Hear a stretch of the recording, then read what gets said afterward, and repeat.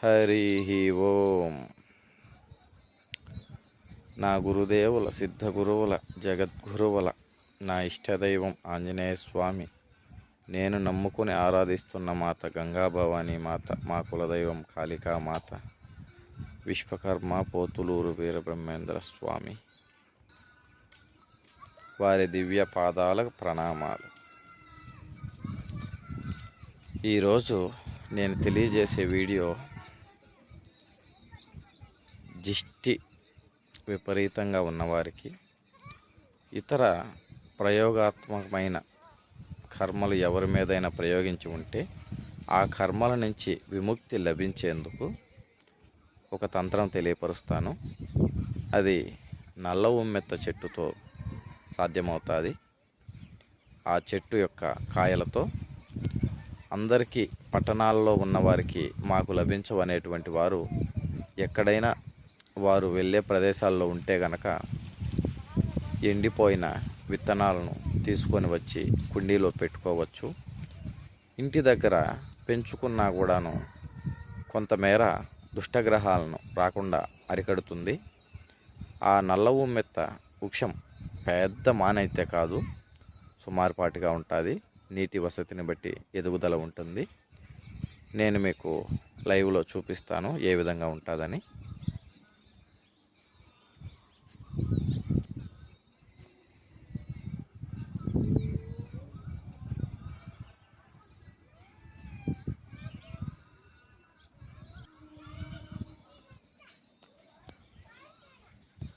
ఇది నల్ల ఉమ్మెత్త చెట్టు. దాని కాడలు నీలం రంగులో లేదా నలుపు రంగులో ఉంటాయి. చూశారు కదా, కాయలు ఈ విధంగా ఉంటాయి.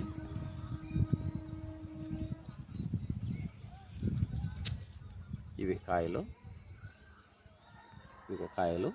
కొమ్మలు ఈ విధంగా నలుపు రంగులో ఉంటాయి. ఆకు కాండం కూడా తెల్లగా కాకుండా దాని యొక్క పుష్పము రంగు కూడా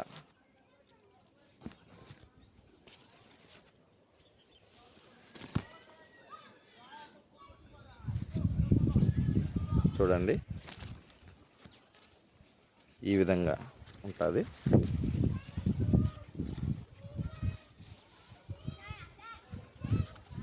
ఇది ఇంకా పూర్తిగా పుష్పం రాలేదు, కేవలం రంగు కోసం చూపిస్తున్నానంతే. చూశారు కదా, ఇది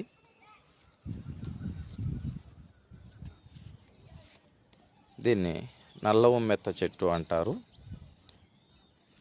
ఈ చెట్టు వేరును సేకరించే విధానాన్ని బట్టి తిథివార నక్షత్రాల్లో ధనాకర్షణకు ఉపయోగపడుతుంది, వశీకరణాలకు ఉపయోగపడుతుంది. ఈ కాయలు దిష్టి దోషాలకు, గ్రహ బాధల నుంచి, ఇతర ప్రయోగాత్మకమైన మాంత్రిక తాంత్రిక కర్మల నుంచి విముక్తిని కలిగించే విధంగా తంత్రశాస్త్రంలో చెప్పబడింది. ఈ తంత్రానికి మంత్రంతో ఎలాంటి సంబంధం లేదు. ఎవరైనా ఈ క్రియ చేయదలిచిన వారు, వారికి ప్రత్యేకమైన గురోపదేశము, మంత్రసిద్ధి లాంటివి అవసరం లేదు. తంత్రక్రియలు కరెక్ట్గా చేసిన వారికి ఫలితం కూడా కరెక్ట్గానే లభిస్తుంది. ఏ విధంగా చేయాలంటే, ఆదివారం రోజున లేదా అమావాస్య లేదా ఆదివారం అమావాస్య ఆ రోజుల్లో మాత్రమే ఈ తంత్రం ఉపయోగించాలి. ఇంటిలో దీపం పెట్టుకొని 5 జ్యోతులు వెలిగించాలి. 5 జ్యోతులు వెలిగించలేని వారు 5 ఒత్తులు తీసుకొని ఒకే ప్రమిదలో పెట్టి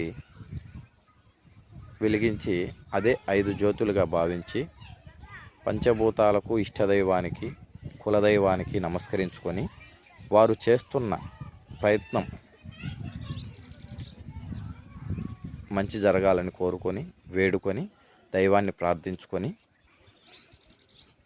చెట్టు దగ్గరికి వెళ్ళి ఆ చెట్టుకు కాస్త పసుపు కుంకుమ చల్లి కొద్దిగా నీళ్లు పోసి నమస్కరించి 3 సార్లు ప్రదక్షిణ చేసి ఏ కార్యం కోసం ఆ కాయలను సేకరించి ఉపయోగిస్తున్నారో ఆ కార్యం అంటే మీకు దిష్టి ఎక్కువగా ఉందా, లేకపోతే ఇతరులు చేసిన ప్రయోగాలు మీ మీద బాధింపబడుతున్నాయా, అటువంటివి తొలగిపోవాలి.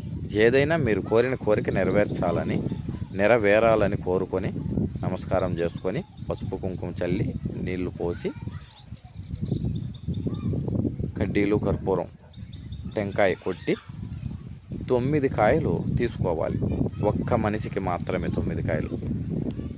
9 కాయలు తీసుకొని ఒక మనిషికి మామూలుగా దిష్టి తీసే విధంగా నిలబెట్టి తూర్పుకు అభిముఖంగా నిలబెట్టి ఈ 9 కాయలను తిప్పి ఆ కాయలను తీసుకెళ్ళి పారే నదిలో కానీ, సముద్రాల్లో కానీ, బావుల్లో కానీ, చెరువుల్లో కానీ ఏదైనా జలాశయంలో వదిలివేయాలి. ఆ విధంగా ఒక్కసారి చేస్తేనే సుమారుగా మార్పులు చేర్పులు చూస్తారు. అదే విధంగా గనక 9 సార్లు మీరు చేసినట్టయితే 100% మీకు గ్రహ బాధలైన, దిష్టి దోషాలైన, ఇతరులు చేసిన మాంత్రిక తాంత్రిక సమస్యలతో మీరు బాధింపబడతా ఉంటే, అంటే పెద్ద పెద్ద కాటేరి లాంటి ప్రయోగాలకు కాకపోయినా చిన్న చిన్న ప్రయోగాత్మకమైన పనులకు, అభివృద్ధికి ఆటంకాలు ఏర్పడే విధంగా, ఆదాయాలకు గండి కొట్టే విధంగా, జీవనం స్తంభించే విధంగా ఎవరైనా చేసింటే వాటికి మాత్రమే విరుగుడవుతుంది. మీకు కాలు చేయి పడిపోకుండా, కాలు చేయి పని చేయకుండా చేసిన, మరణ ప్రయోగం చేసిన వాటిని సైతం ఇదే అరికడుతుందని చెప్పను. ఇంతవరకు ఇది పనిచేస్తుంది, ఈ విధంగా ఉపయోగపడుతుంది.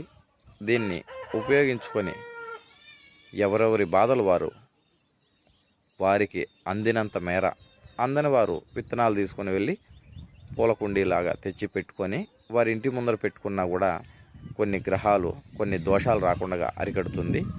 ఆ విధానంలో కూడా ఉపయోగపడుతుంది. మమ్మల్ని సంప్రదించాలనుకునేవారు మా వాట్సాప్ నెంబర్ 8500557488.